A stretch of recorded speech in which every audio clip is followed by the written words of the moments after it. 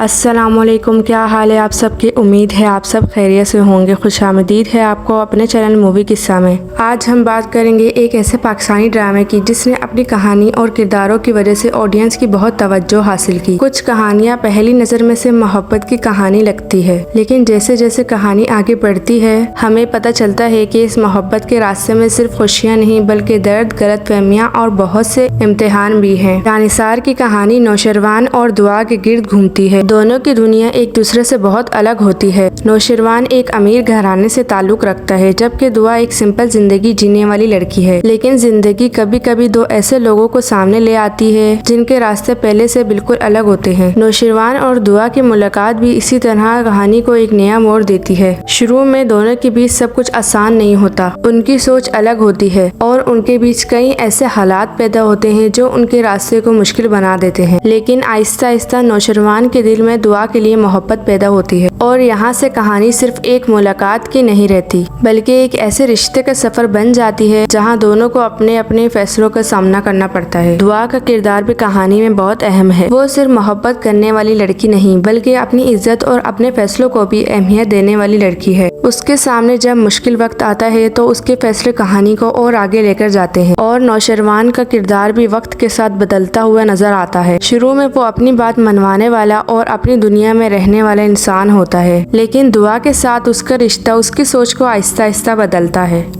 यही बदलाव कहानी का एक दिलचस्प हिस्सा बन जाता है। इस ड्रामे की एक और खास बात यह है कि कहानी में सिर्फ दो लोगों की मोहब्बत नहीं दिखाई गई बल्कि उनके आसपास के लोग और घर के रिश्ते भी कहानी पर बहुत असर डालते हैं। कभी किसी बात से गलतफहमी पैदा होती है और कभी किसी के फैसले से रिश्ते टूटने के करीब पहुंच जाते हैं और कभी ऐसा लगता है कि शायद अब सब कुछ खत्म हो गया, लेकिन कहानी फिर एक नया मोड़ ले लेती है। इसी वजह से जानिसार को देखते हुए एक सवाल बार बार जहन में आता है, क्या नौशरवान और दुआ अपनी मोहब्बत को हर मुश्किल के बावजूद बचा पाएंगे। ड्रामे में दानिश तैमूर और हिबा बुखारी की जोड़ी को ऑडियंस ने काफी पसंद किया। दोनों के दरमियान कई सीन ऐसे हैं जहां उनके किरदारों के जज्बात साफ नजर आते हैं। खास तौर पर दुआ के अपनी जिंदगी के मुश्किल फैसलों के सामने खड़े रहना और नौशरवान का आहिस्ता आहिस्ता अपनी गलतियों को समझना कहानी को आगे लेके चलता है।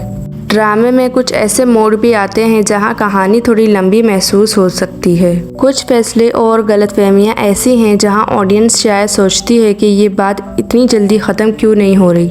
लेकिन अगर आप पाकिस्तानी ड्रामाज में मोहब्बत, घर के रिश्ते और जज्बाती कहानियाँ पसंद करते हैं तो ये ड्रामा आपको अपनी तरफ खींच सकता है।